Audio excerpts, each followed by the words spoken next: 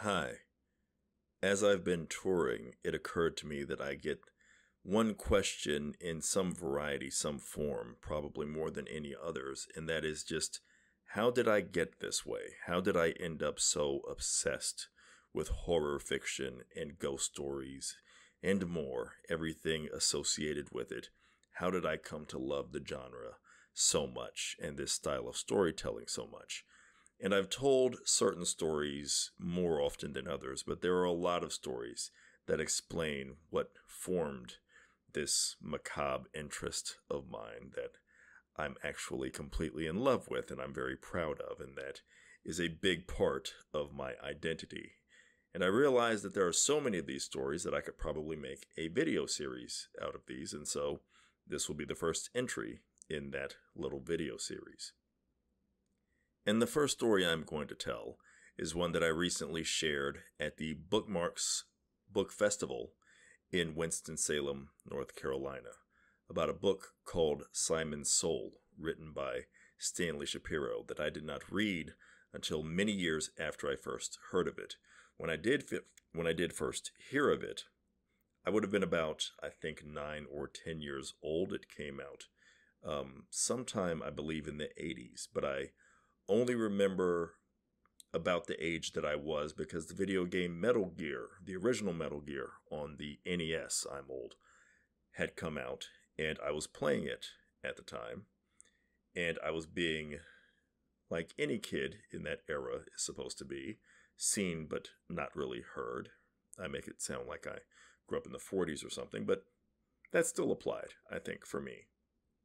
My mom was in the room as well at the time, in the living room, while I was playing this video game, and she was there with a few of her friends, and she was describing this book called Simon's Soul, and presuming that I was so lost in the video game that I would not be listening. But of course, I could hear her, and I was eavesdropping.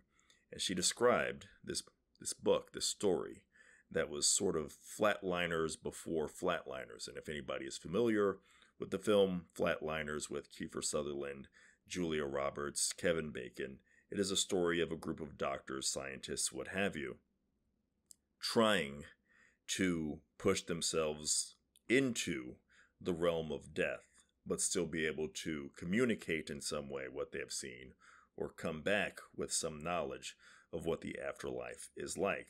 This is the same basic premise. Simon Warner, is one of the doctors, not the primary protagonist, but he is the primary volunteer initially in the opening chapters, to be placed in this experiment by his fellow doctors who want to see what it'll be like for someone to die and be able to communicate what's happening.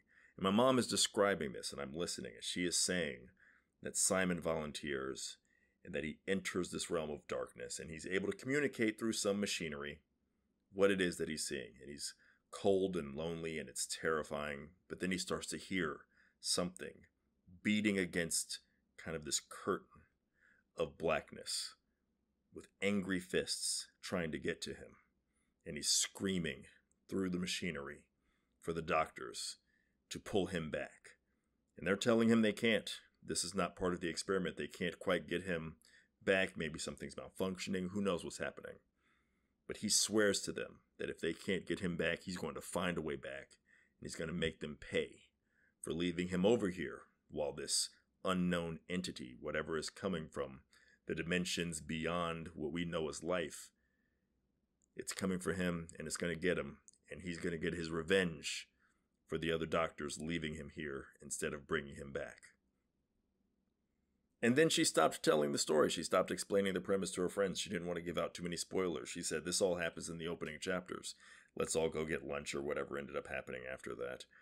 And that stuck with me, and it terrified me so much that I mentioned I was playing this video game Metal Gear. I couldn't play that game for months, if not longer, afterward, because in my mind it was just associated. Even the video game level music was associated with Simon's Soul, and me not knowing the answer to what happened to Simon and what happened to the other doctors.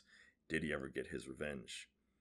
Years later, in my late teens or early 20s, I can't quite pin it down, but at some point, I actually got a used copy of Simon's Soul, bought it, and read it And I was surprised that the way that my mother described it, or at least how I remembered her description, didn't really match up quite with the opening chapters rather of Simon's Soul. Instead of Simon really being angry with his peers for leaving him over on the other side, he actually wants them to let him go. He realizes that they are committing a violation against whatever the laws are of life and death and the supernatural. And this thing that is coming to get him from beyond the veil is angry because it's supposed to be able to claim his soul, but while he is still tethered somewhat to his body and to this physical world, it can't get to him the way that it should be able to. And that is what's causing maximum panic in Simon. And the story just goes into some incredibly wild directions from there. It's really a fascinating, interesting read. It's been a little while since I've reread it, so I can't speak to how much of it may not have aged well. I'm sure there are certain terms that are being thrown around maybe a little bit more carelessly than we would nowadays, but it was still a very worthy read, as I recall, Simon's Soul by Stanley Shapiro. And it just locked into my brain at a very young, impressionable moment for me, enough so that at least a decade later, if not a little bit longer, I was still wondering about Simon and wondering what happened to him on the other side and starting to think of it in certain ways and believe that I could learn something from this and maybe gain something and start applying it to my writing. And so I bought the book and I read it and really enjoyed that it kind of had this facts of the case of M. Valdemar quality, as opposed to maybe the way that I'd potentially misremembered it as my mother described it, or maybe she had a misinterpreted description, an inaccurate description. Maybe at the time I just didn't listen as intently as I should have, and I was just so overwhelmed with fear that I was inventing certain things in my head that weren't really there. One way or another, the book was different from my memory, but my memory, which belonged to me, is what formed my interest in not only this story, but in just many aspects of storytelling that I still employ to this day. And so that's just one example of the kind of things that made me what I am. And this is how I am this way. This is how I got like this. So I hope you enjoyed this, and there'll be more to come.